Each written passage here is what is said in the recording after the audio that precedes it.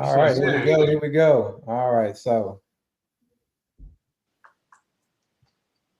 we're moving fast. We're moving fast.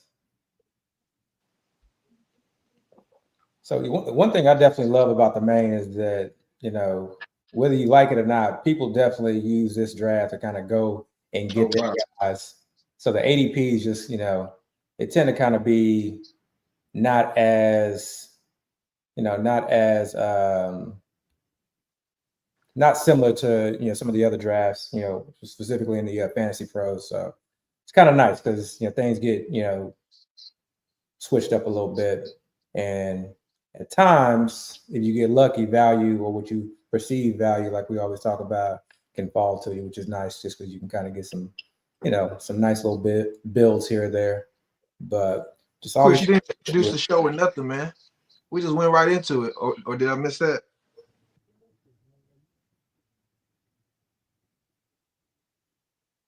Chris, you talking? Oh, if you're talking, I can't hear you. But Abby, you're about to be up though. Yeah. You can hear me, Dale, right? I can hear you. Yeah. I think something's going on with Chris's mic. Neighbors just went. Nice. Okay. Okay. You got a little excited with that. It sounds like you're a neighbors guy. I mean, I'm an everybody guy, but everybody guy. I'm just shocking him before Jefferson, to be honest with you. All right, so you up. What you thinking? Man, so I got, I love CD this year. I think I like the addition. I like that, defenses can't just home in on them. But I think I have quite a bit. So it's tough here because I want to differentiate a little bit, but we're still early in the offseason. So I'm just going to kind of go by my rankings, my own personal rankings. And I'm going to go ahead and lock it in CD. All right. Wait, actually, let me really think about that for a second. Well, who else would you consider here? It's a main, and there's, it's a couple players that I just have not been able to lock down just yet in a main. And I really want to focus, I'm really trying to avoid reaching. But what we going to do here? Let's go ahead and reach a little bit. Just because I want to switch it up a little bit. Oh, wow. Yeah. So Okay. Yeah. And I don't, this for me, honestly, this, I don't know how many people were tuned in early on. I know you were kind of off, but I love the 8th pick because I have about 17, 18 guys that are all kind of in this same tier. And so just, when I'm deciding, who I'm going to pick in the first rounds, a lot of times I'm trying to think about, okay, what kind of build do I want to get?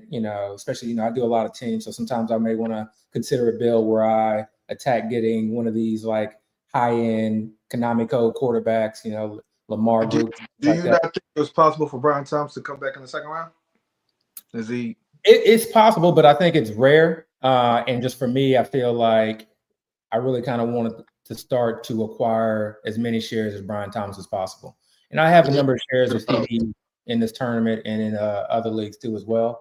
So I'm not mad at it. I'm not. But you're not concerned about Travis Hunter? Say what? You're not concerned about Travis Hunter?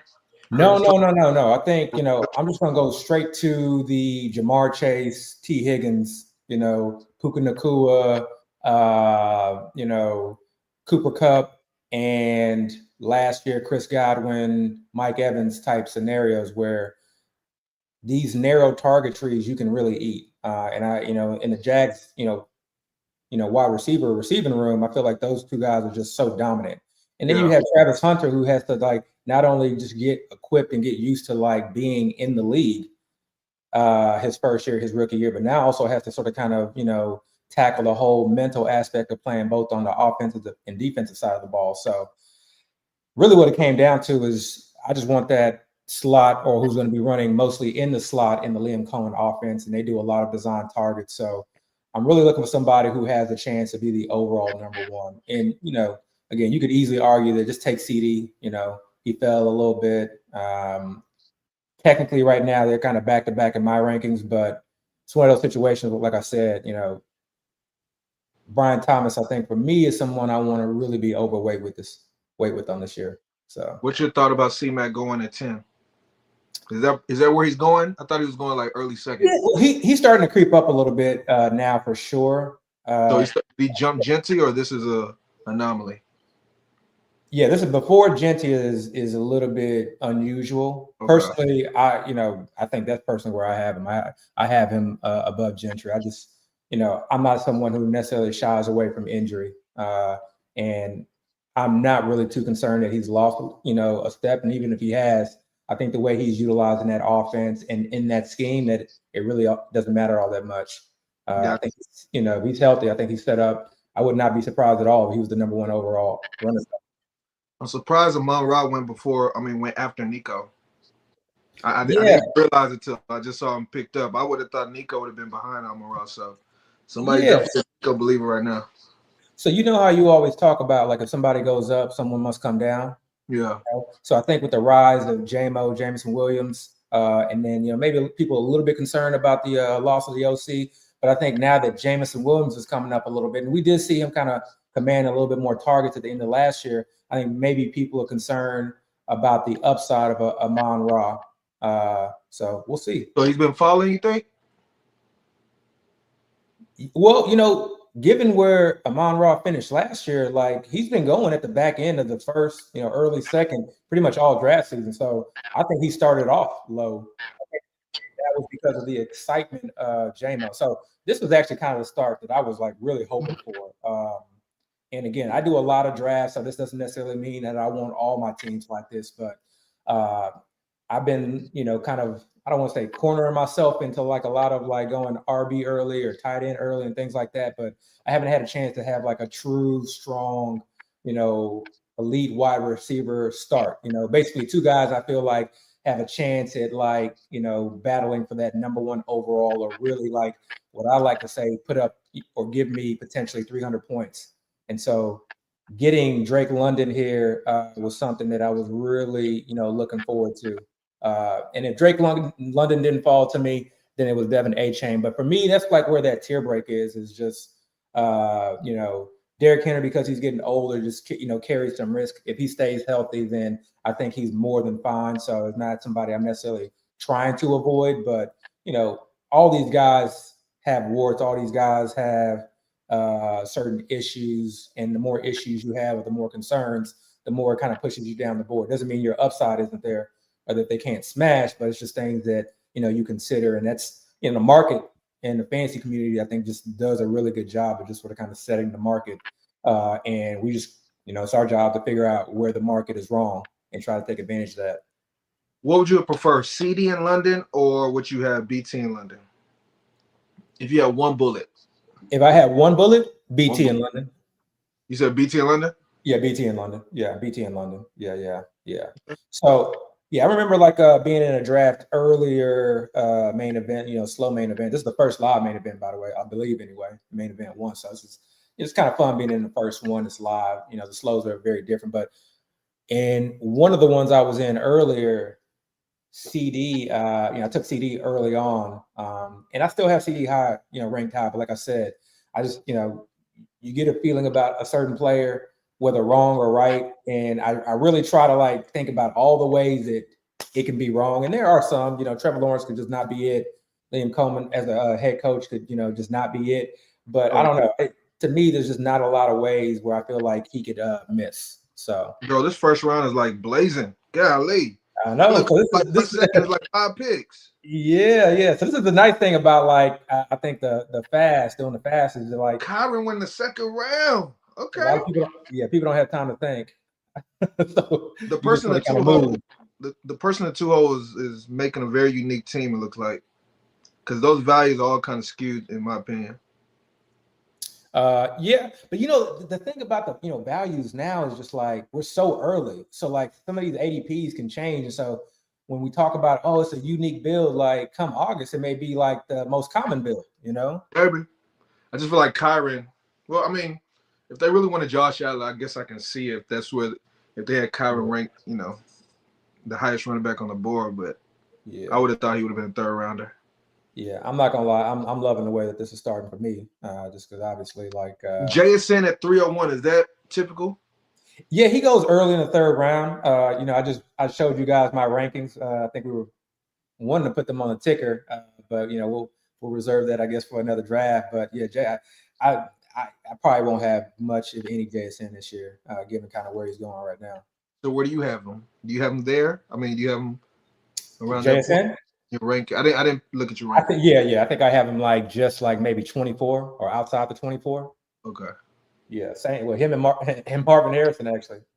I have them pretty low. I just, not that they can't I don't think that those guys are going to necessarily lose you your league. Marvin Harrison, if he does what he does, he'll lose you your league. But you're back on the clock, man. Yeah, I'm back on the clock.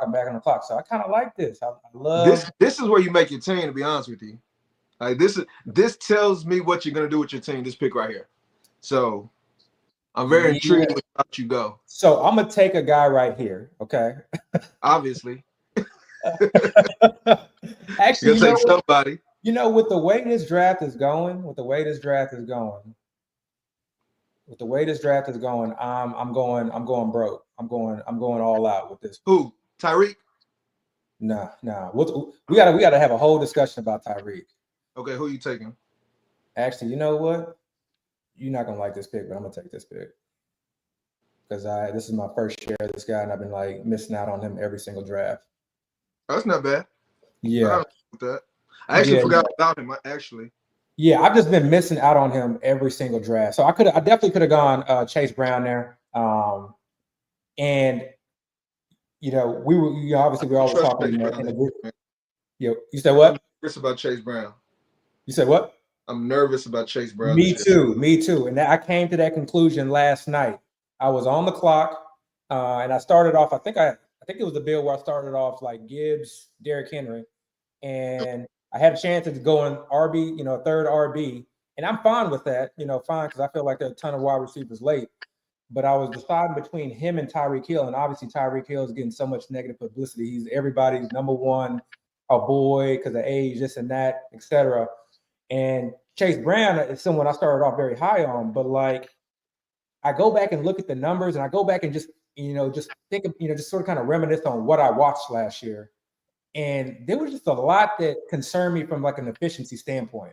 I like that Rashee Rice pick. That was between Adams and Rashee Rice. Yeah, I like that. Yeah, and so Tyreek about to be a fourth round. Is that what's going on these days? Oh yeah, he's been going late. He's been going super late. Really? Okay. Yeah, he's been going super late. But yeah, I'm concerned about Chase Brown too. I'm just concerned because it's one thing if he's killing it and he's efficient, or he's killing it and he's really moving the chains, or he's just an efficient running back. It's another thing if he's not efficient, because they didn't start off the year giving him the rock. And I know a lot of people said, oh yeah, towards the back end of the year he was getting all the work. Well, was that out of necessity? Was that just because they didn't have anybody else that they trust? I know they brought in, I think, who was it, Khalil Herbert towards the back end of the year. It was somebody that they brought in the back end of the year that I felt like just, really was just someone they traded for Khalil Herbert with the Bears. Yeah. And I think, they were really trying to slug it in for the playoffs. And so I think for them, for the playoffs, no choice. They were trying to get the playoffs. They were trying to get the playoffs. Yeah. Remember, they were going on that crazy run. They were trying, but yeah, it was out of their hands. But I think it came down. I want to say it came down to the last game of the year almost. It did. But they did last game to lose.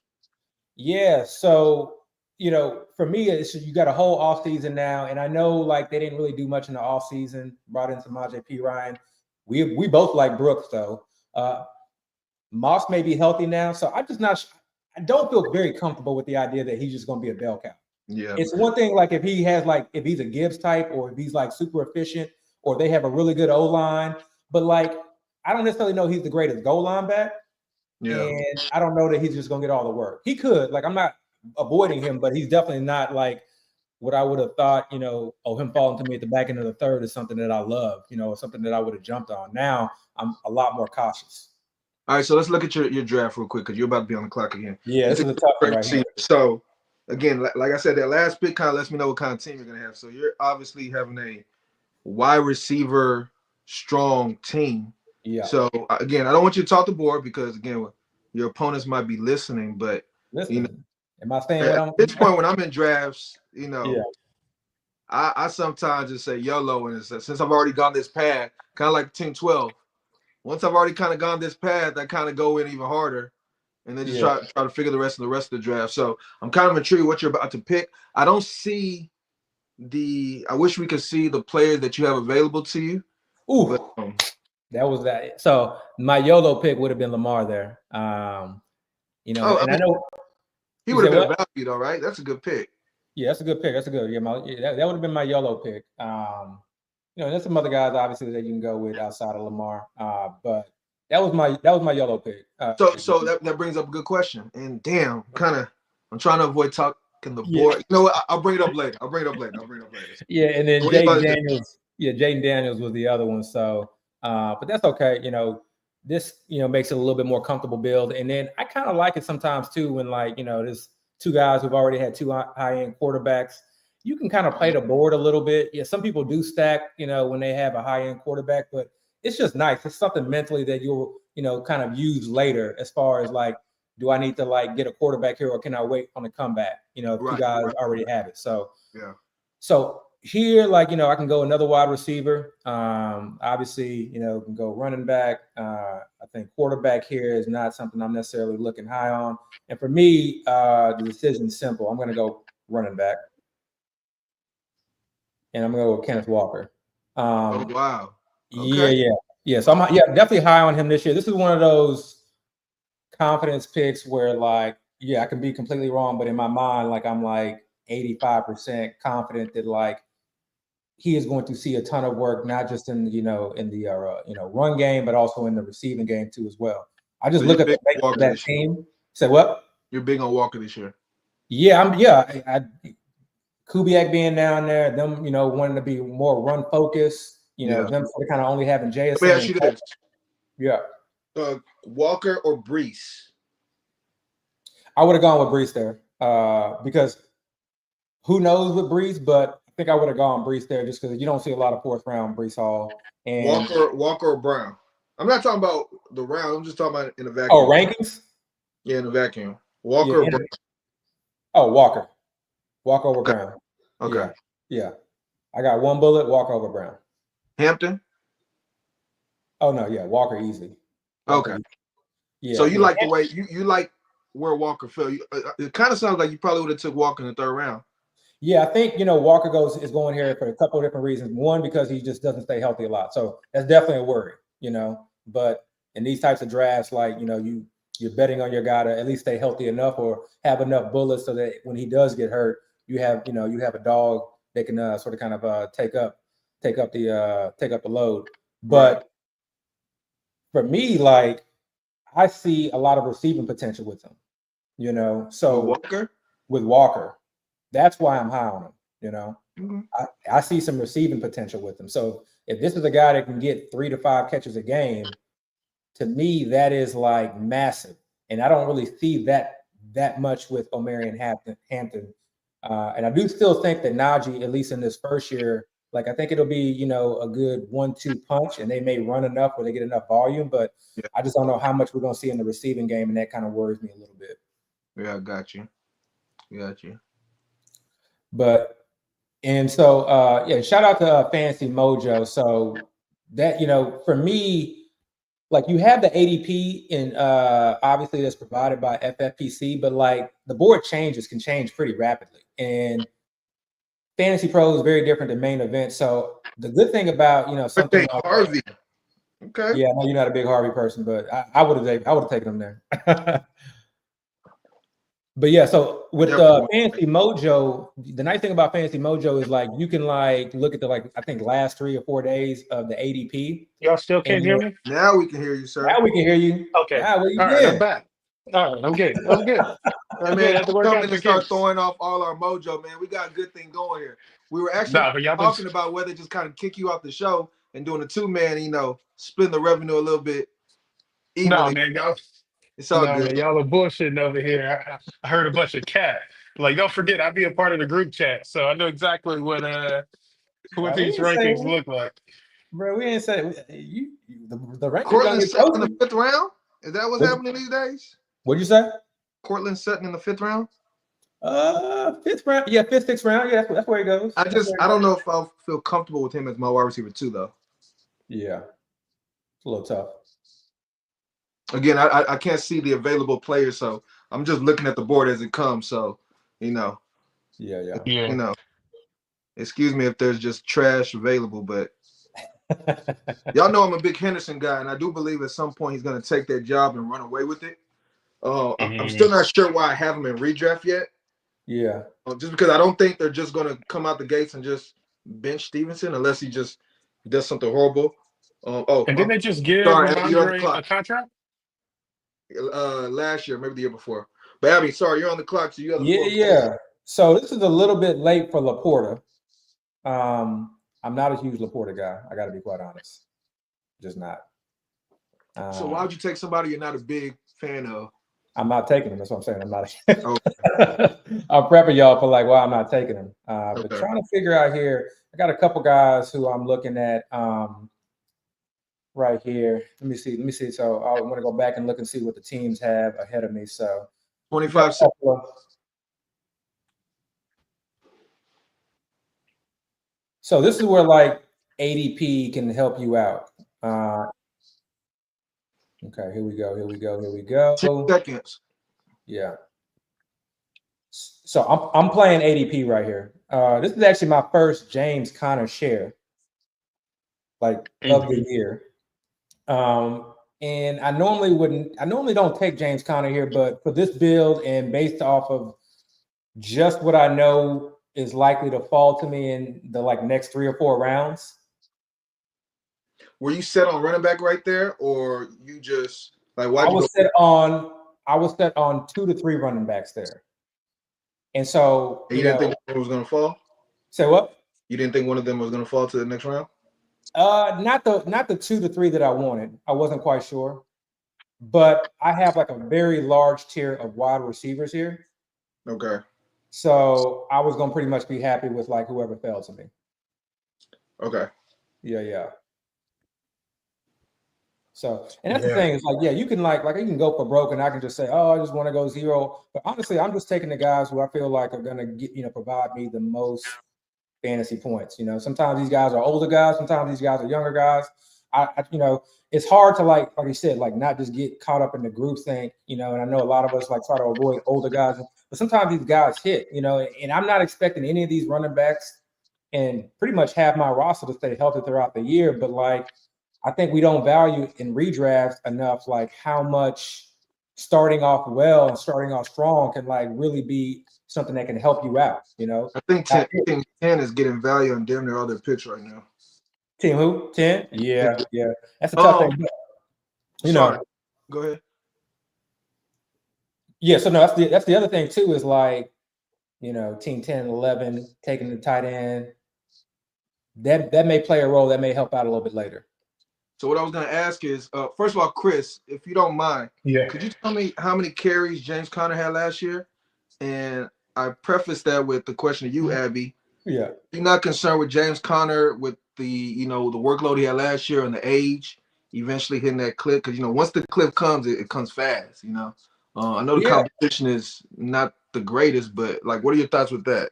Yeah, so a couple different things. Not much change there. They didn't bring anybody else in. I think this is a team that wants to improve and wants to make the playoffs. And James Conner, just by the eye test, by the metrics, by everything, was just so much significantly better. And what people don't realize, he was actually used quite a bit in the passing game, like quite a bit. And he was efficient with those touches. I think he's the primary guy to be used like down by the goal line. But that goes to my question. Well, I guess my first inquiry with Chris, like, because you know what they say, like that's the thing they're saying right now with Barkley, the amount of touches he had last year, and how when certain running back has 300 or plus touches, the next year they fall off. And I would assume, I don't know, but I would assume Conner is pretty high as well. So 236. How many? 236 carries. Okay. It's not bad at all. But the one thing I was gonna say about obviously Trey Benson being there, I expect Trey Benson to get some more work, but like I know you're not big into strength of schedules, but like Scott Barrett and Fancy Point, shout out to them. They do like a nice kind of take and spin. I usually just straight up put me against Scott Barrett like on live YouTube. Like, come on. No. I'm not saying you against right now. Man. Come on. Yeah, no. What I'm saying though is like their strength of schedule is not just based off of like prior years metrics and things like that. Their strength of schedule is something that's very different, and they account for like what the strength of schedule was last year, the preceding strength of schedule this year, and then like sort of kind of what the difference is from like player to player. So like, all right, real quick. So 45 seconds on the clock. You said last time that you had a receiver that you felt like was going to fall here. Did that receiver fall? Yeah, both. Okay. Well, let me ask you this before you pick. Yeah. You said you had multiple running backs that you were comfortable with. One of the running backs that you were comfortable with, did they fall? There was one running back that fell. One fell. That's all you had to say. But I will say, I think I know who you're taking here too. Yeah. I would say that one I'm not 100% sold on. Okay. So hence why I went Connor. But Olave is somebody again. I'm a fan. I'm gonna Olave. I don't know if I would have took him that high. Well, that's the thing, is like that to me, I feel like it's more like it's, again, I think what's baked in is obviously the concussions, who's at quarterback, I get all of that. But to me, like when I break down everything, I feel like everything about his situation, potentially outside of the quarterback, but then you can even argue that has improved in my mind. Yeah. I think the head coach, the new offensive system is significantly better. How they design their plays, how they move their plays around the formation to make it a lot more difficult on defenses to get their guys open. What he's done with his wide receiver one everywhere where he's been. I am a huge fan. Say what? You talking about Kellen Moore? Exactly. So for me, like 6th round, Chris Olave, and there's a couple of guys that like I just really like in the 6th round. You know what's crazy? I actually think the quarterback might be slightly underrated. And he's a rookie, so he has to kind of prove himself, obviously. But I don't think he's as bad as everybody. And, it might be circumstantial. Everybody wanted them to take Shador or take somebody in the 1st round. So because they did it, they just hate him. Like it's not really his fault. When they talk about his age and how he's been playing for so long and yada yada yada. But I think when you just look at the skill set, and then if you think about the fact that he is old, which means he has a lot of experience. He's probably been in a bunch of different systems. He might be something, So and who do they play? And what division do they play in? NFC South. They play against the Tampa Bay Buccaneers twice. Yeah, and forget about how their defense is. Like that's a team that can put up points. They play against Atlanta twice. Yeah, I like the fact that I got Drake London. Maybe that's a little bit of added bonus. They play the Panthers twice. So like there's like there's some like potential. I like Jalen Waddle, by the way. I like Jalen Waddle a lot this year, like a whole lot. 6th round to me is just like gold. So like the 5th and the 6th round to me are basically the same round essentially for me. So like when I was telling you like I'm gonna take James Conner here, it's because like the 5th and the 6th round are just one round. So I'm thinking to myself, okay, I want to get 2 guys here. Maybe sometimes it's a quarterback and a wide receiver. Sometimes it's a tight end and a running back. It just kind of depends. But like I'm like, I want to get 2 guys here. So depending on like the position scarcity, like I'll prioritize that, knowing that like I got like a huge tier. That's a great thing about tier-based drafting is like you just have this huge tier. So real quick, and Chris, you can jump in on this too. I just kind of want to hear your thoughts. Do you all ever look at your week 1 opponent during the draft to kind of see what they're doing and kind of get an idea what you're gonna have to deal with week 1? Like, do you ever do that? And keep in mind your week 1 opponent is the person drafted right next to you. So for you, it's gonna be the team in slot 7. The Jefferson, Henry, Hampton, Cook, Hurts, Judkins team. Do you ever look at that team at all and use that to adjust your draft at all, or is it totally out of sight, out of mind type thing? I use it, but it's like very minuscule. So I'll give you an example. I was drafting at the 1-2 turn. Guy like he had 1 tight end. And tight ends can be very fickle week to week, right? Yeah. He had 1 tight end, and I think we were like in the 17th or the 18th round. Don't say the player's name, man. We still So I took a player, knowing I was playing him that week, so that player couldn't hurt me, week 1. Yeah. Chris, what about you? Do you ever do that?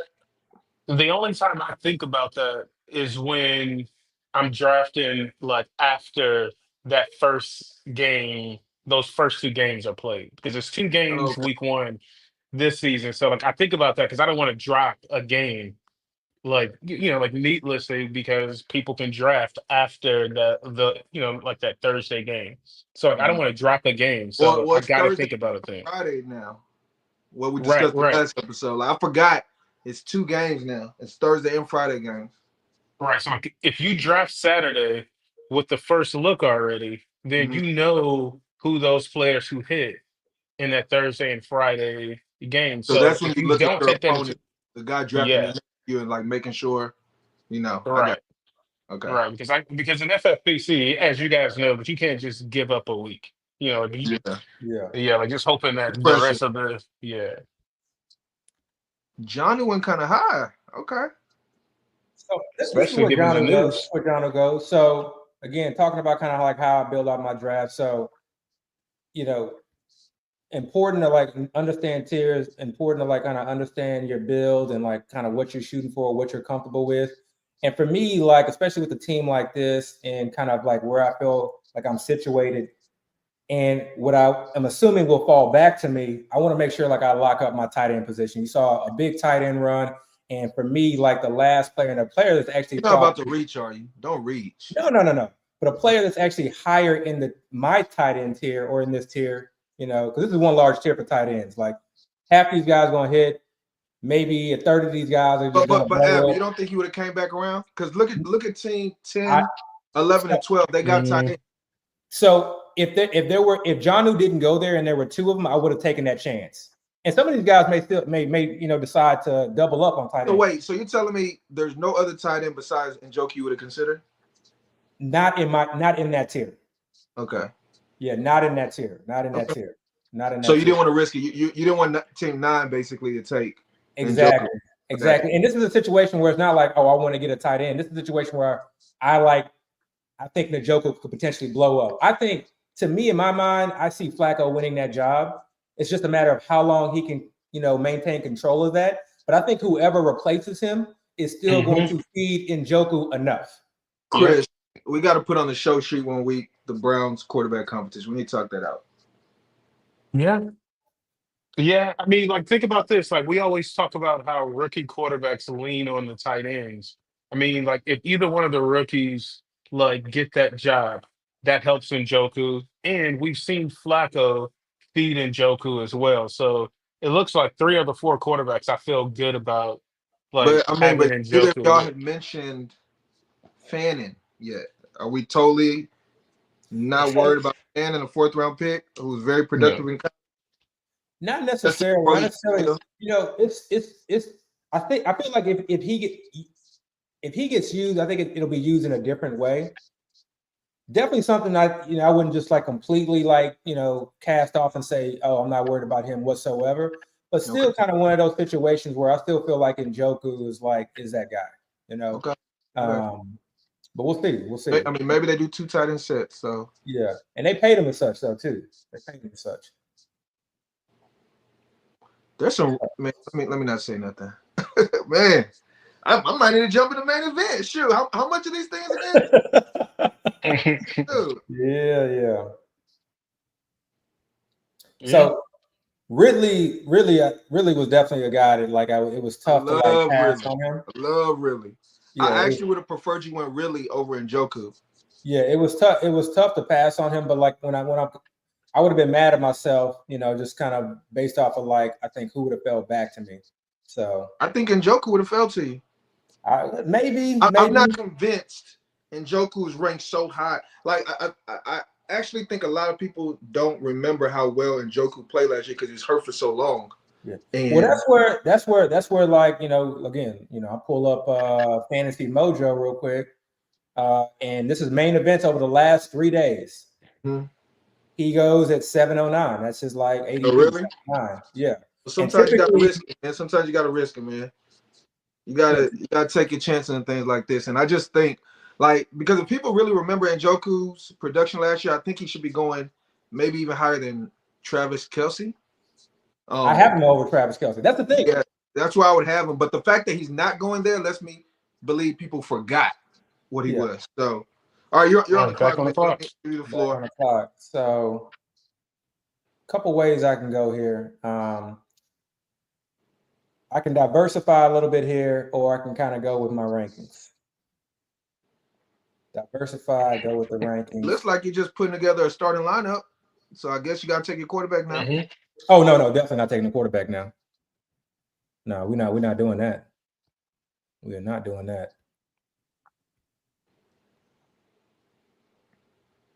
Where you going? Where you Oh going? yeah, are Come you out and thinking stay. this through, or like what's going on, man? Are you stuck? Do you need help? No, I'm You deciding. need to crowdsource this? Put I'm in the deciding if comments I who want Abby to should take. diversify or not. Right there.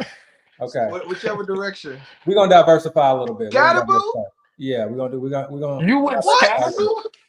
Yeah, we're gonna diversify a Oh little my bit. No God. way. Yeah. Oh my Wow. God. Okay. Yeah. Oh man. I I think thought y'all I don't was have a that. Scatterboo guy in the group. What'd you That's a say? burn put. I thought I was a Scatterboo guy in the group. I don't think I've ever heard you talk about Scatterboo. No, I'm a fan of Scatterboo. There were other players there that I was considering, but this is like I said, this is when we talk about diversifying. Like I have guys in this tier, and I like these guys in this tier. You know, my tiers aren't just like throwing random guys in there just to have a rank. Like these are guys that I actually like. So there's I ain't there gonna lie, are there's other 3 running players. backs I probably would have taken over Scatterboo right there. You said what? Not even knowing who's available. Just off the top of my head, there's 3 running backs I probably would have taken. Yeah, we Scatterboo, honestly.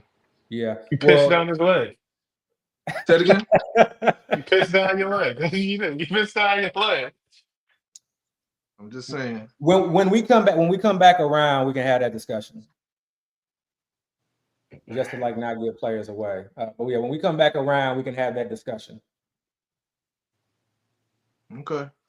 Is that I don't want to talk about players that are not on the board because people watching. Right, I agree. For like the other players, but are Najee and Warren are those any of the guys that you would have taken? I would have taken Warren over Scatterboo, yes. So I'm not a Warren guy because I'm a Caleb Johnson guy. I got you. So like to me, like Jalen Warren's upside is so capped. Jalen Warren's basically to me playing the same role he played last year, and that's just like. Hope to get lucky that it's a week where he puts up double-digit points, but I don't want to play that game. Like, I want a guy that could potentially take over the number 1 role. I got you. Yeah. It's just that I just think Scatterboo in general, his ceiling is slightly capped this year.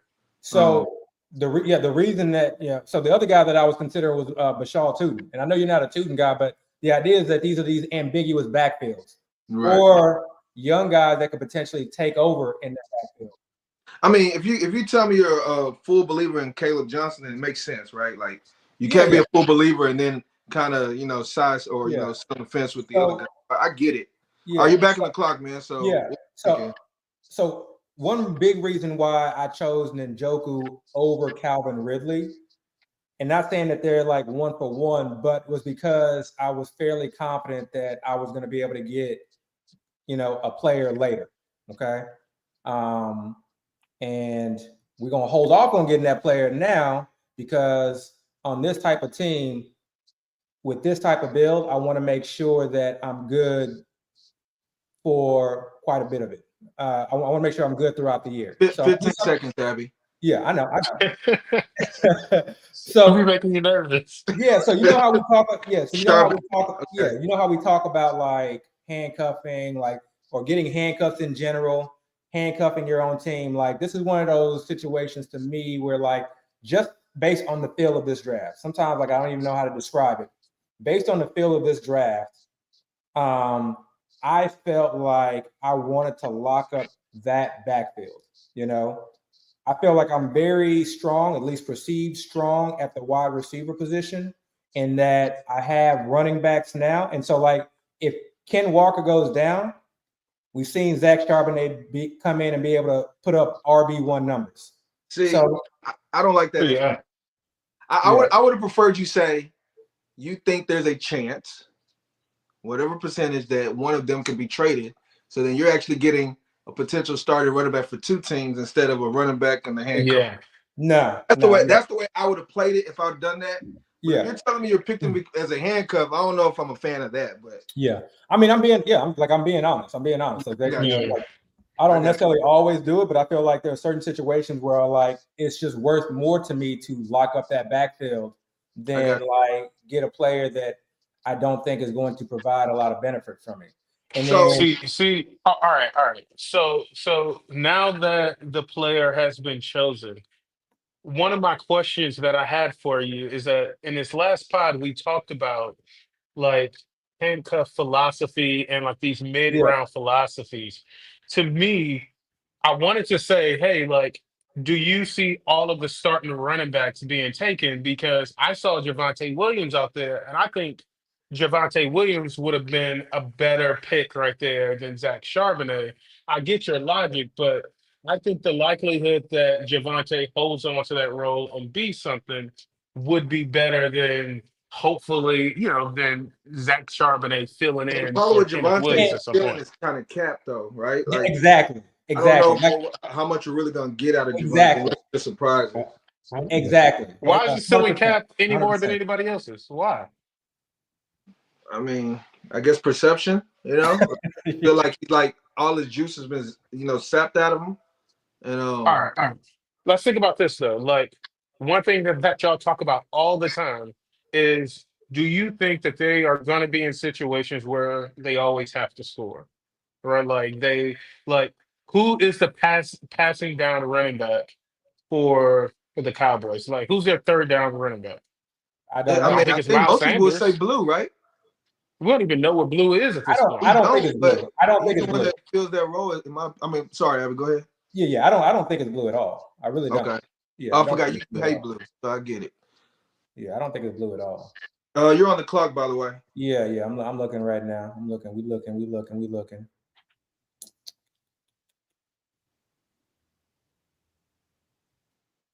See, so when I'm in, I'll talk while you're thinking, but at this point of drafts, I'll start looking at is there any more starting, like, is there any more wide receiver ones or running back ones available? Because I feel Yeah. like this they start Right, slipping out, right.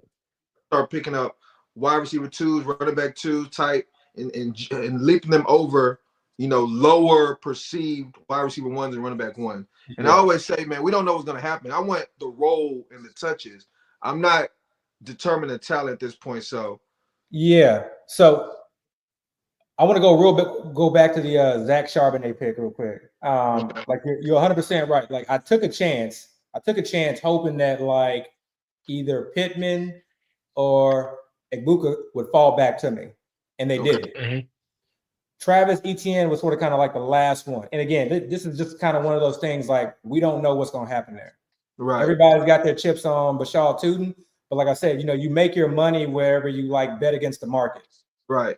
And so I know I'm a Travis Etienne sympathizer this year, so I like the yeah, pick. I guess my question for you would be with what you're saying. If you can go back, would you have taken Pittman or Ibuka instead of Charbonnet? And if you knew you were for going to this build, yeah, no, I would have taken Charbonnet okay, for this build. Because again, yeah, anything can happen. Like any of these guys could like get hurt and I may need Pittman, or any of these guys could like be on a bye and Pittman would be great. But like that's what Travis Etienne is for. That's what some of these later guys, like these wide receiver threes, are going to be for. That's what like the waiver wire is going to be for. So I still like Pittman. I was trying to play the ADP game there. Like I was trying to, see if maybe he would fall to me, and I was going to be fine with Emeka Egbuka too as well, just sort of kind of that dart throw. It didn't happen, but ultimately, I just feel like I can do so much more with this team, and I'm not like stressed trying to worry about like, do I have enough RBs on this roster?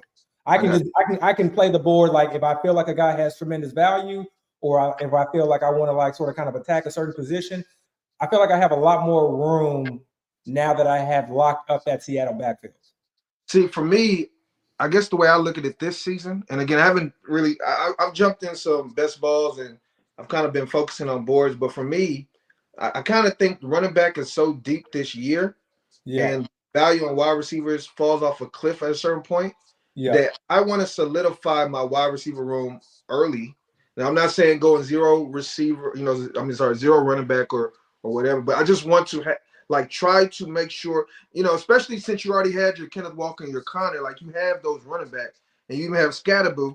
I would have been trying to is there just one more potential high value wide receiver I can take just to have them there available to me?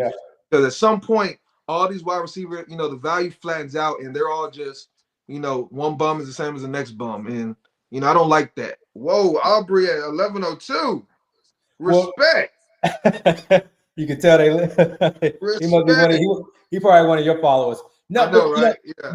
but getting back to Pittman though, like, yeah, I'm in agreement. Pittman is a value, but again, I'm looking at my team and I'm thinking like, I don't know how much like Pittman at his, I don't know how much upside Pittman has as No, I far as got you. like I got helping you. this team like really being a difference maker, you know? Yeah, I got you. I got you. So I mean, but that's baked in the price. I mean, right now, what he's a late ninth round pick. So, yeah, you know, yeah, I mean, it's a bet I'm personally willing to take, right? yeah, If he does have any little bit of upside, he should be a top 6 rounder, you know. But yeah, again, you're on the clock. Luther Burden, of course. talk it through. Yeah, so it's just one of those situations again, like this is, you know, over like the last 2 years, when I'm drafting now, I'm not drafting like this team, like, okay, these are like I said, like I got my starters and then I got my bench. Like I feel like at some point, every player that I'm drafting is going to help me out. Like I really believe that they are going to help me out, or I'm creating a story where they can help me out at some point in the season. Yeah, Not for just sure. help me out like on a bye week, but Yeah. like potentially be a strong starter for me at some point. Yeah. So the Luther Burden pick is just one where like injury happens, guy gets traded, or he's just the guy, you know, like Yeah. he is the guy. So Hey, like, real quick, Abby, and I will let you finish. Yeah. You're one of the last 2 teams that does not have their quarterback. I know you got a plan. I'm just, as a commentator, I'm just putting that out there. Yeah, that was kind of the plan. That was kind of the plan. Yeah, that was kind of the plan. You know, if one of the guys, like say if Fields would have failed to me in the 11th, I probably still would have taken Burden, but I would have strongly considered it then. Let me ask you a question. Yeah. And Chris, if I'm taking your thunder, man, just stop me. No, go for it. If you had to choose between Burden, Williams, which is the receiver before him, Trey Harris, which was the receiver before him, and Ibuka, would you have still went Burden, or like how would you rank those 4? Put it like that. You asking me or Chris? I'm asking you. You're the one drafting. I would have taken it. I would have taken it. I would have taken it. I would have taken it just because we talked about it before, or maybe we haven't talked about it on the pod, but there's like not a 0% chance that he just opens up in the slot role. You know, either Chris Godwin was not healthy, or that knee is not healthy enough for him to run the slot type of routes. And maybe so Ibuka number 1. Say what? Yeah, Ibuka number 1. What about 2 and 3? There was a third between Burden, Williams, Harris, and Ibuka. Ibuka number 1. Ibuka, Harris, and then who's the other one? Williams. Okay, got you. Yeah, Ibuka number 1, Burden number 2. Okay. But this is just based on ADP. I'm talking about the way you view it. The way I view it, well, we can't. I mean, we'll wait for people to get drafted first. Bro, they've all been drafted. They drafted. Okay. Oh yeah. So I would have gone Ibuka, then I would have gone Kyle Williams, Burden, and Harris would have been last. Got you. Okay. Yeah, Kyle Williams is a nice sleeper. Like I would have taken Kyle Williams over Burden. I like Williams. Yeah. I would take. You're back on the clock. Team 12 to 2 quarterbacks, which is interesting. I guess not. I get it. So what are you about to do, sir? So I'm gonna take a quarterback, just because Team 5 is not taking a quarterback, and you know, in these drafts, you just don't know what people are gonna do. Can I guess or should I shut up? Say what? Can I guess or should I shut up? No, just shut up. Okay, all right. you know, but yeah, no. Actually, It can only be one quarterback at this point. Say what? There can only be one quarterback at this point. We're about to find out. Brock Purdy. I was not going to guess Brock Purdy. So you see, like people are already doubling up on quarterback, which is good. I like that. That's more value that gets pushed down the board to me. Yeah. Yeah. It's okay because Geno Smith will be available. Exactly. Like Birdie is one of my highest owned quarterbacks just because he goes so late. I considered Drake May, but like I normally like to kind of be on a bookend where I can like take 2 because I don't trust having Drake May be my only quarterback going in. I want something a little bit more solid, something a little bit more proven. But I did consider taking Tank Bigsby there. Again, trying to like gobble up, you know, potential shares of that Jacksonville, hoping to land the right one. That was a good consideration.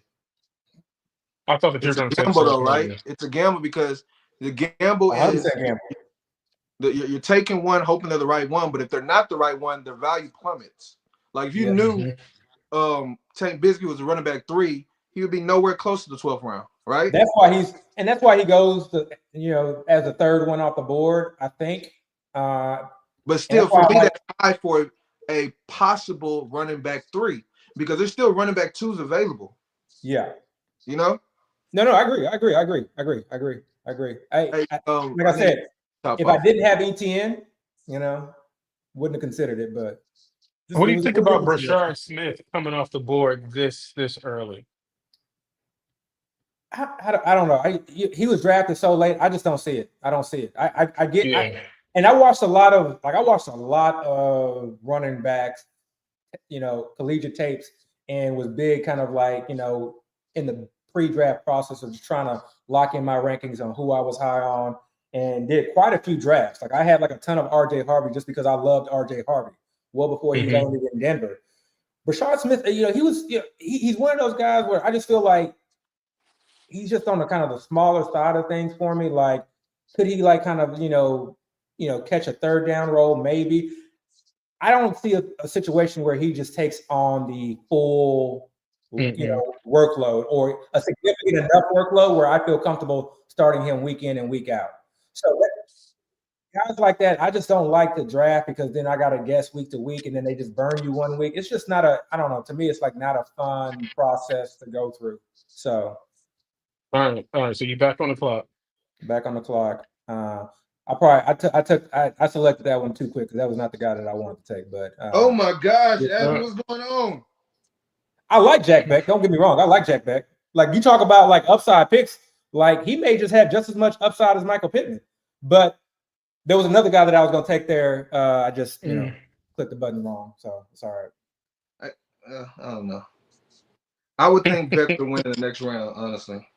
No, well, I got the ADP in front of me. What's his ADP? He was like right up on the board. Fantasy Mojo over the last 3 days. Again, this is main event Jack Beck's ADP. Let's see. Is actually 1201. Oh, really? Pronounced Besh. Yeah. Is it Besh? Besh. I mean, that's what everybody's saying. It's pronounced Besh. Besh. We've been making the H or K. Besh. We've consistently called him Jack Beck. Yeah. Well, Jack Beck, he's one of. I remember watching him. I'm like, this dude just looks like a big, fast, like athletic tight end playing wide receiver. And then I realized, and I found out that like, oh yeah, he played tight end too. But I like this tape a lot, though. You Besh. So Mason Taylor was the other guy that I was considering there. But to be quite honest, I wasn't huge on like the Mason Taylor's tape. Like I don't know. He just I don't know. It was nothing like that was great about it. But it may be one of those situations where like again there's not a lot of other targets there, so I see it. I can see it. This draft is moving. I see Jarquez Hunter went. Yeah. That's the situation still to be determined. So we don't know on that. Old man Ertz is still alive. Yeah. So take So talk it through, man. 50 seconds. You got time. Yeah. So at this stage, what I try to do, and this is what I should have done last time, is I just try to go through like each position, sort of kind of look, make sure I go through all the names. Because sometimes when all the names are together, it's like hard to kind of see everything. So just try to go through each position to see, okay, is there some guy that I missed? Is there some guy that I want to make sure like I, get? And here like is where I don't care about ADP outside of the fact that I just want to make sure I get my guy, So, and then I go back and look at the board, see what's going down on the board. And is there are you looking for a certain position right now, or is it all value? No, I'm just trying to look and see what's important to me and what I want. So we're gonna see. I'm probably not gonna get both the guys that I want, but in this type of draft, knowing what's gonna be there late. I love Jalen Noel. I was actually gonna bring up Jalen Noel in the next round, but I think Jalen Noel can be special. Yeah. I kind of like what Team 7 did there. Again, you can argue like, just go for broke. Like, don't get Jaden Higgins and Jalen Noel. Just like, pick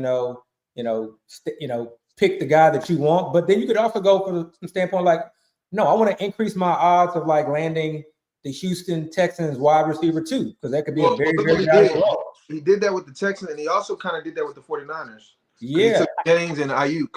So Yeah, see, I don't like that back to back because I feel like they just that's a little bit tougher. But I get it though. I get it. I mean, Ayuk if he comes back healthy could be he could be. wait, what don't you, how can you say you like Purdy, but then say you don't really care for Jennings and Ayuk? Like No, I like Jennings Ayuk. I don't like the Jennings Ayuk back to back. Okay, I got you. Not for this team anyway. I got you. Unless I mean, and who knows? Maybe I guess there was a report saying that he may start the year or he may be ready to start the year, but I don't know. I don't necessarily believe that report. So you think Ayuk then is overvalued, is what you're saying? Normally he goes like in the 9th, I guess maybe sometimes the 8th round. It's one I wouldn't say overvalued because if you feel like towards the back end of the season he'll get back to his near his elite status, then it's not overvalued. But my issue with Ayuk is just that he was kind of struggling last year. In the 14th round? Yeah, what? Bro. Yeah, is that what we're doing now? Yeah, that's crazy. Wow. Well, but that's a 0 RB team though too. So he's got when you 0 RB, you just take what you can get. You try to get these high end prospects. And first of all, he's supposed to be a dynasty sleeper. First off, and second off, he's starting off the season as running back. What 4? Yeah, I don't know. As a 7th round pick, and we take him in the 14th round. Look, that's crazy to me. But look, that's the thing. We took him in the same round. You took Dylan Sampson, who was a 4th round pick. Yeah, but that's the thing about drafting now. That's what I'm talking about. The group thing. Just kind of everybody's talking about the same player. It is hard to not be aware of this player, not hear the hype, and then not get excited. But to me, there's no difference between him and Miles Sanders. I know people are disgusted with Miles Sanders, but Miles Sanders is a much better prospect than Ja'Cory Merritt. So but there's no difference. They're both kind of in situations Brian Robertson probably has that job. Austin Eckler probably has that job. That offensive coordinator, to me, when I look at his past, has a tendency, I think, of leaning on his vest. I think I want to say, I'm pretty sure James Conner was there too as well. I don't think he's an OC that's just going to be excited to get in a rookie and things like that. But these backup running backs, we're all just taking random guesses, but we're taking all the same guesses. We're taking all the same guesses. I like Crosby Merritt a lot. I just don't know if that's where he should have gone. At some point, we like all these players to some extent, right? I don't know if I 14th round extent. And I love Brooks. Yeah. I'm not a fan of Neal at all. I'm just looking at the board again. I don't see the available players, but I still feel like there's a solid amount of running back 2s that are available to be picked. Everybody. I'm sorry, you're on the clock. Let me let you go. Yeah. Give me 1 second here. No, that's fine.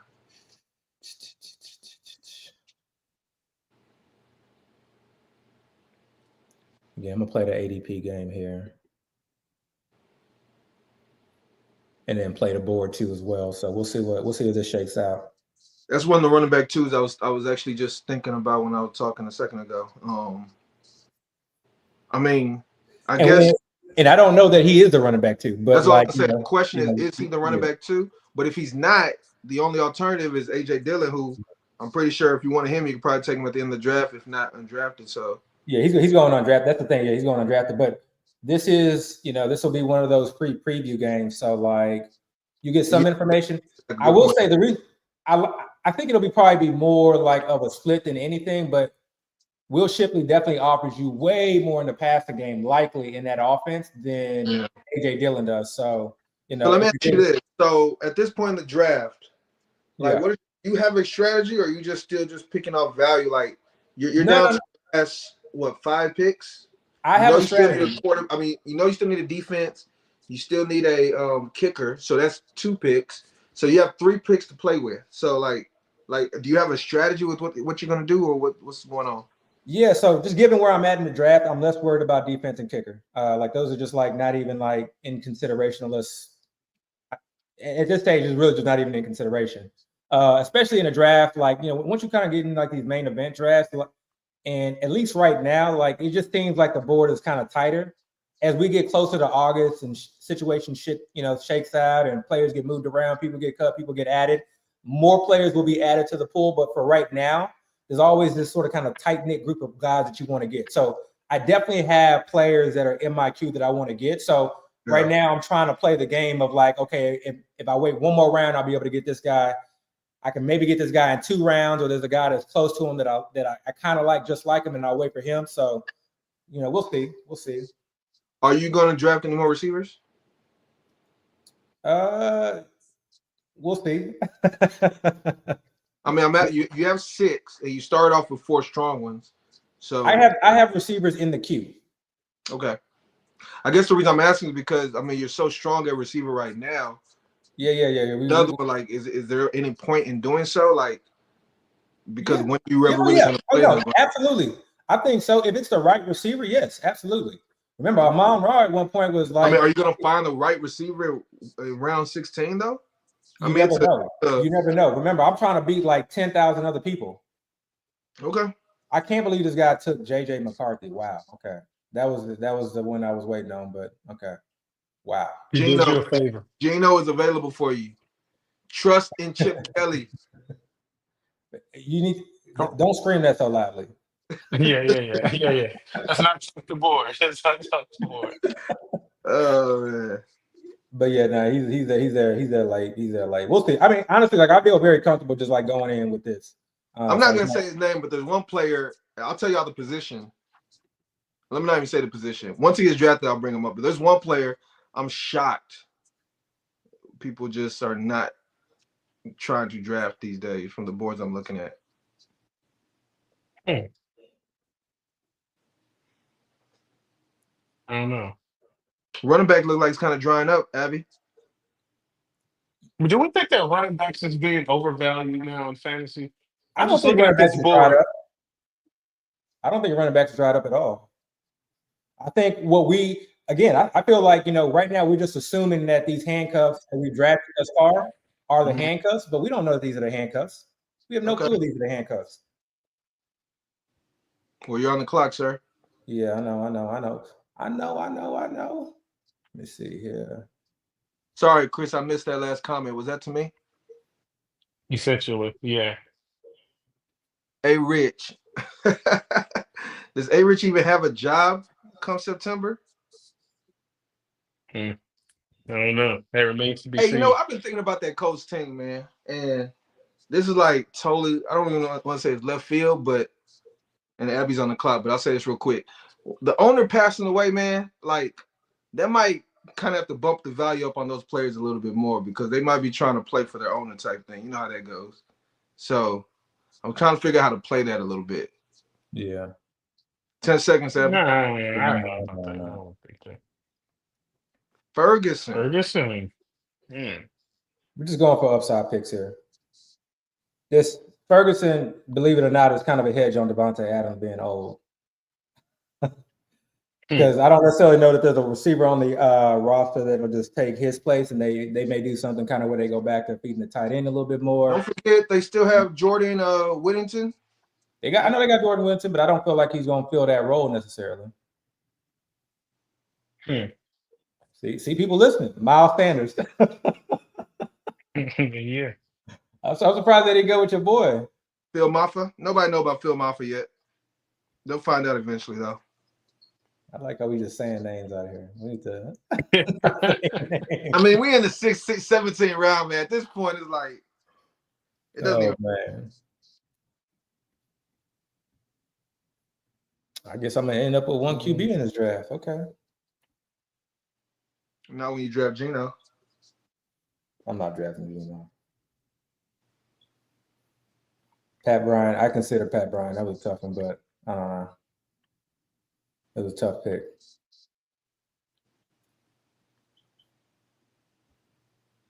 Man, if Kelsey is really gonna fall off a cliff, Noah Gray may be a play. They drafted a tight end last year too. I think that was his name Wiley or something. Yeah. Maybe. Didn't they cut him? Or maybe he was on the practice squad, or I guess maybe they brought him back. He got hurt last year. Like he got hurt for the season. So they still like Noah Gray though. I think they cut him. No, they didn't cut him. They drafted him. I want to say in like the 4th round last year. Like he had pretty okay draft capital, and then I think he got hurt, and they put him on IR. Obviously, now they did give Noah Gray an extension. Mhm. So I mean, it might be Noah Gray, but I just, it's kind of like the same way I think about Theo Johnson. Like, there's kind of untapped potential there, and I wouldn't be surprised if he's more talented than what we assume at the moment. But I Yeah, didn't know I can. Robert Tonyan was in Kansas City. oh wow, they just drafted Theo Johnson right on cue. Yeah, Say it yeah. Yeah, That Theo was. I technically obviously have Theo ahead of Ferguson, but it was one of those things. Was like, you know, upside. I'm kind of shooting for upside, basically. They still haven't taken a guy that I'm still kind of shocked at. Mm. I wonder if he's even going to be drafted at this point. Just looking how the board's playing out. Abby, you got 2 more picks on you, man. Yeah, I got 2 more picks. I got 2 guys that I really want. We'll see if it makes it to me. There you go, A Rich, right on cue.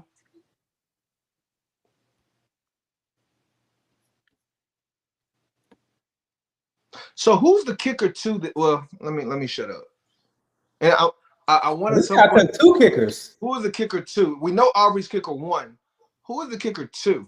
This guy took 2 kickers. I think it was Pittsburgh's kicker, if Let's my see. memory serves me correctly.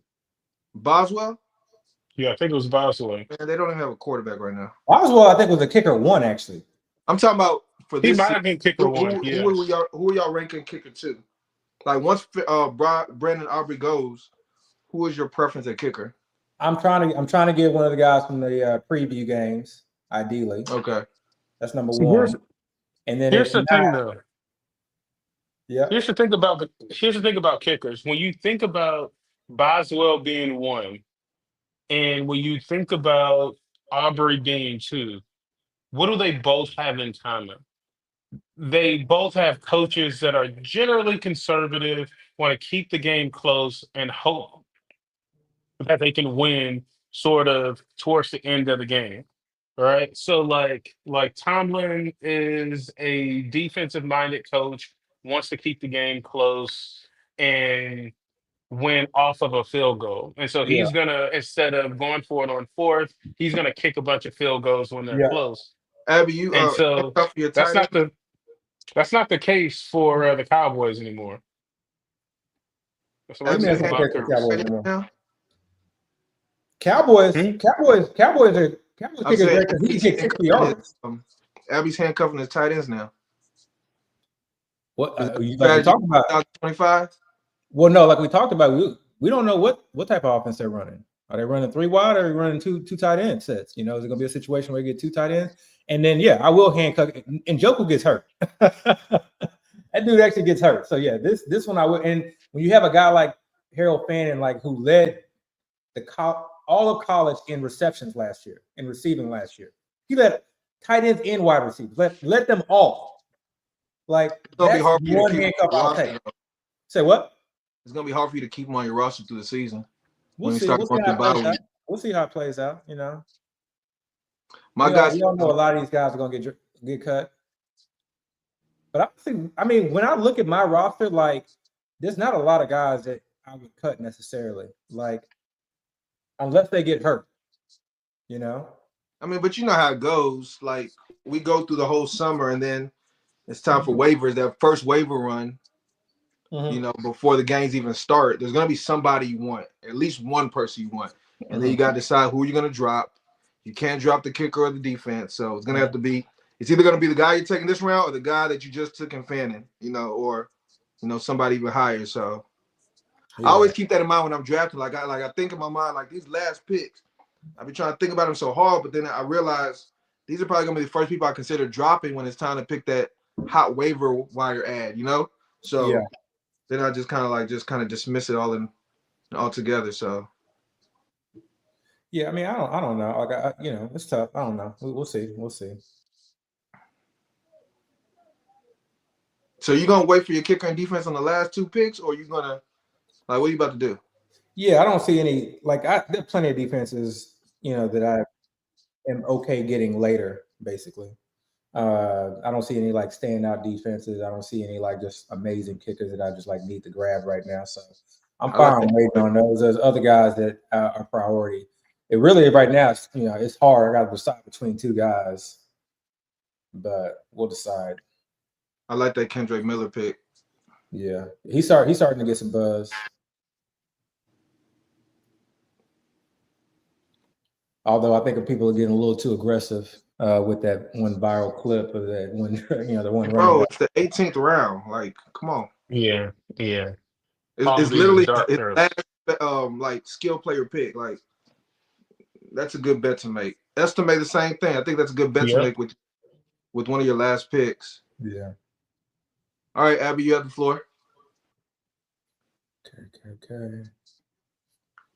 We going one quarterback. One quarterback. Juwan.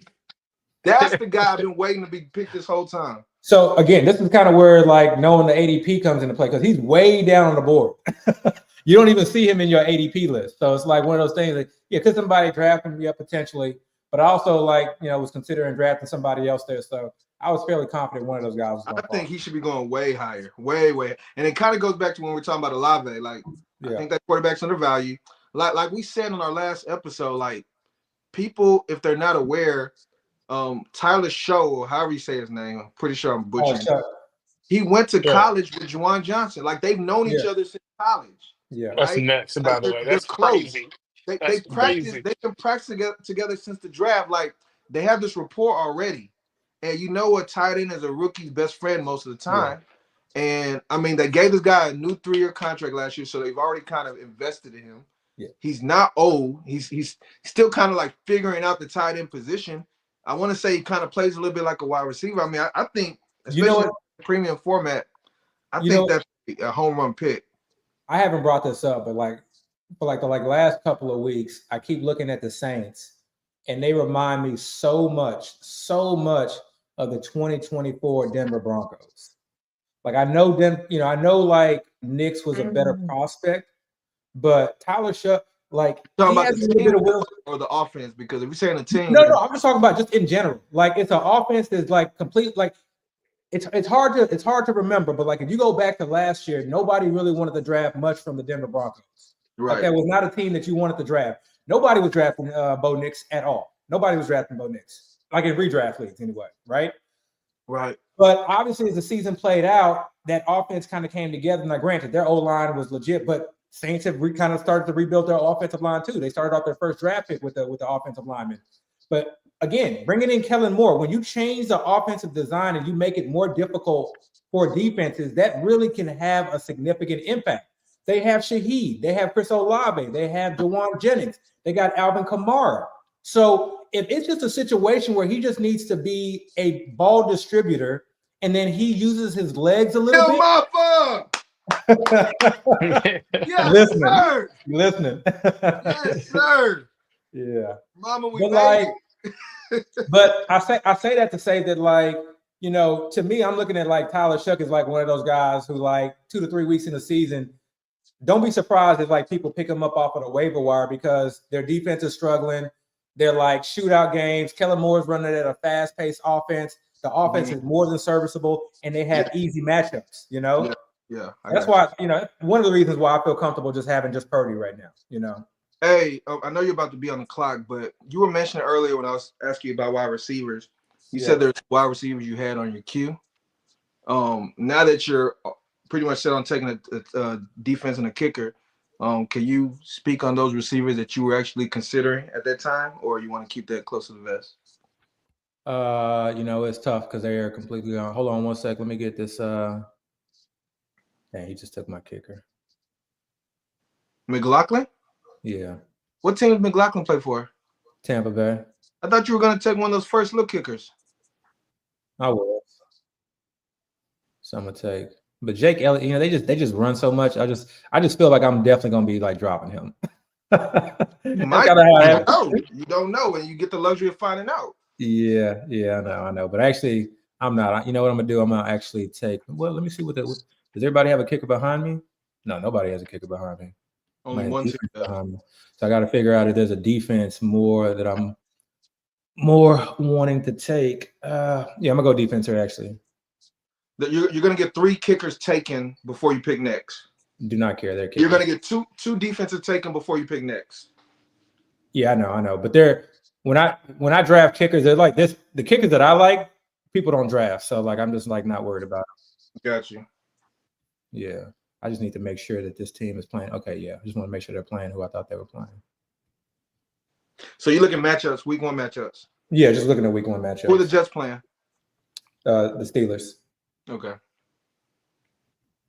Okay. You still follow Linda on Twitter? So Who? get your kicker news. Remember Linda? Linda was clutch on Twitter, man. Oh yeah. On the kicker news. Linda Lyons, is that her name? Yeah. She was clutch. Is she still on Twitter? I don't know. I don't She think I've is. seen a tweet from her in a while. She joined Yeah, Matt Berry and them's crew, like Fantasy Life. Oh, maybe I don't. I didn't know that.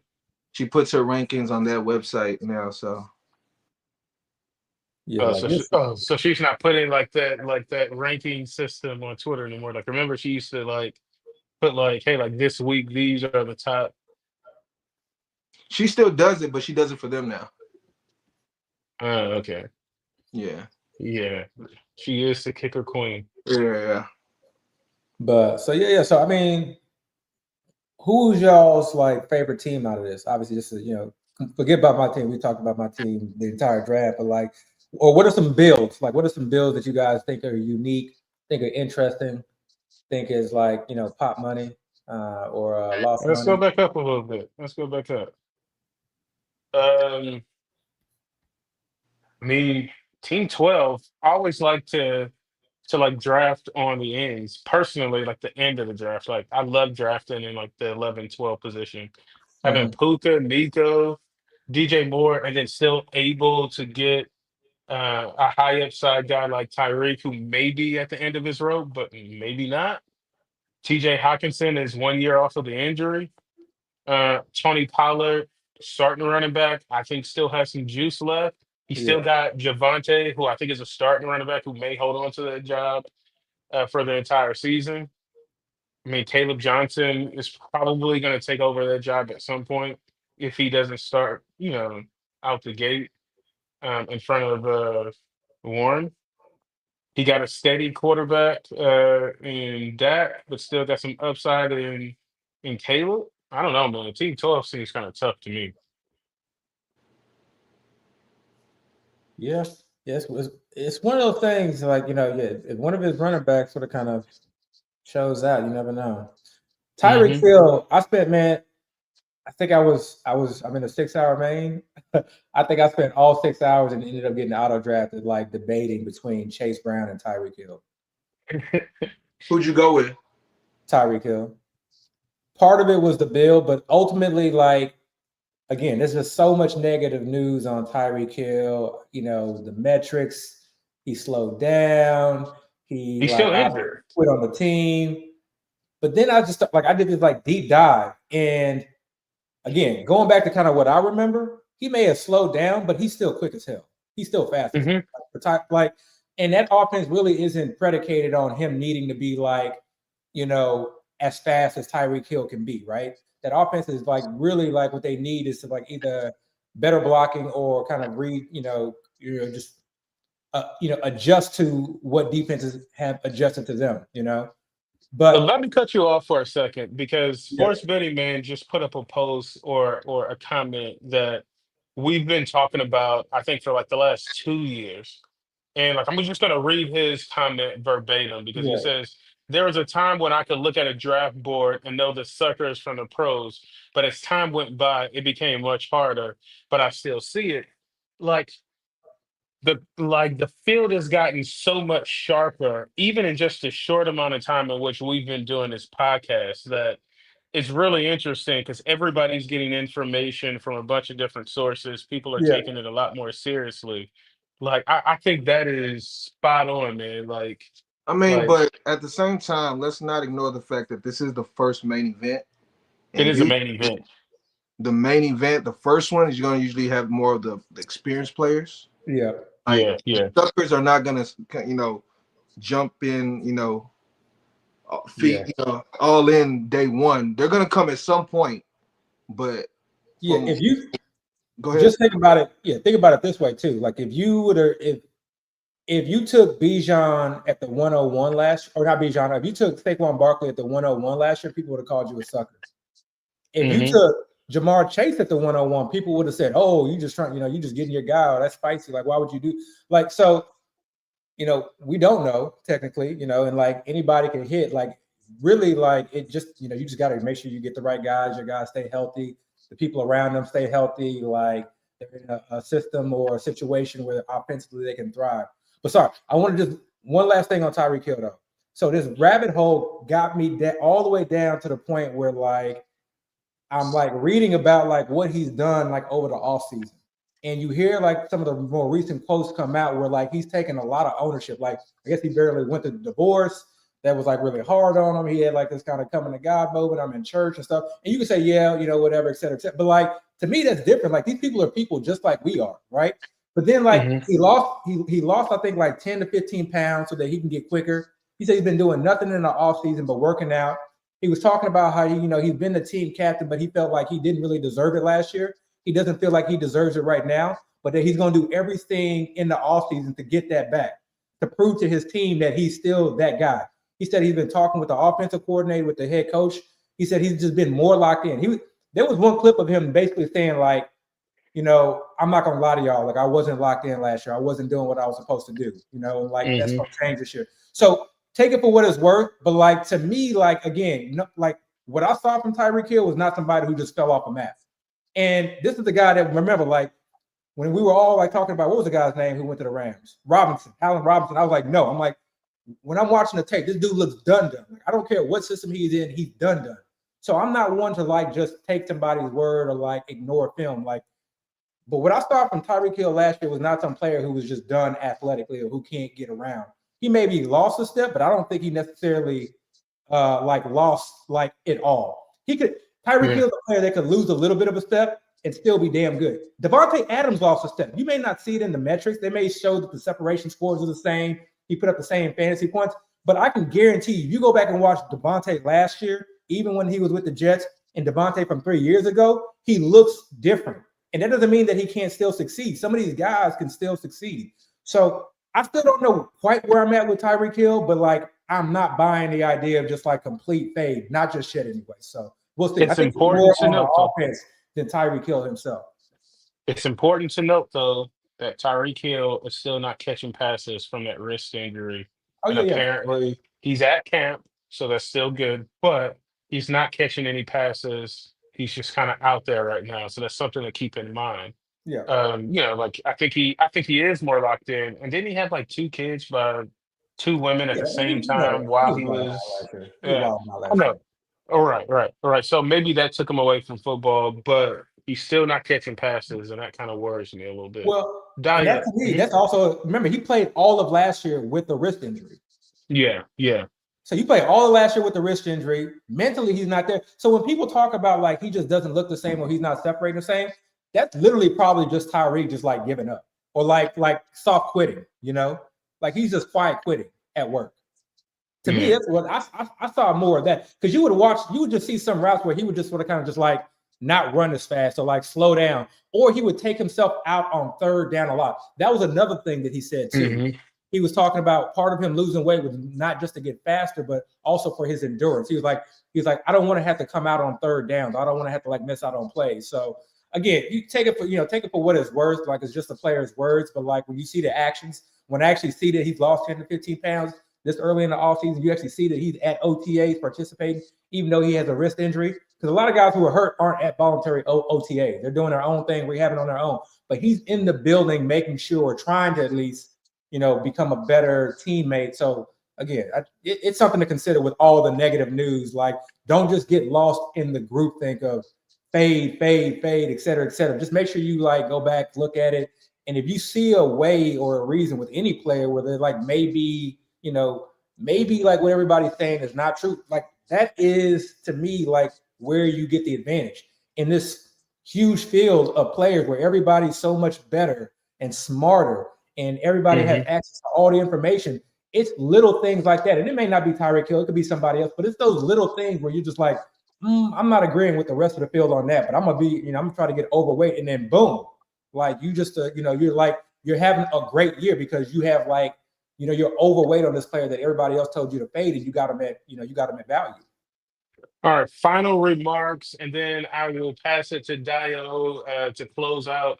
But I do want to, stream more live drafts, especially main events, because I think sometimes we talk about theory on a podcast a lot. And so, like, when you're actually on the clock, like, that's the real thing. So, all of the theory and thoughts and rankings kind of go out the window when you're actually on the clock because those things count. Dio, when do we expect you to get into these drafting streets, man? Because I know that you haven't Main jumped event in yet. or the regular drafts. Both. Any drafts, any drafts. I'm probably not These are gonna do. all these are all these are all hot stakes. So I don't know. We'll see. We'll see how I All feel, right. man. At some All point, right. people don't want to see All me right. draft. They want to see yeah, we happy. do. Yeah, we do. Everybody They, wants to see you draft. they No, getting no. what they want right now. So we just like to comment. We just comic relief.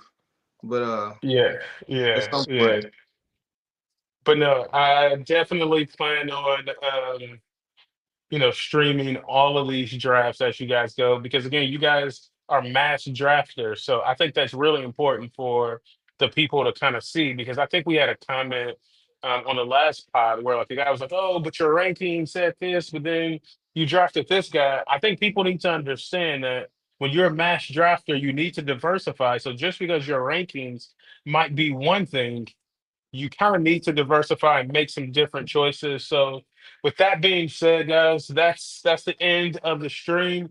Please like, rate, subscribe. We're out.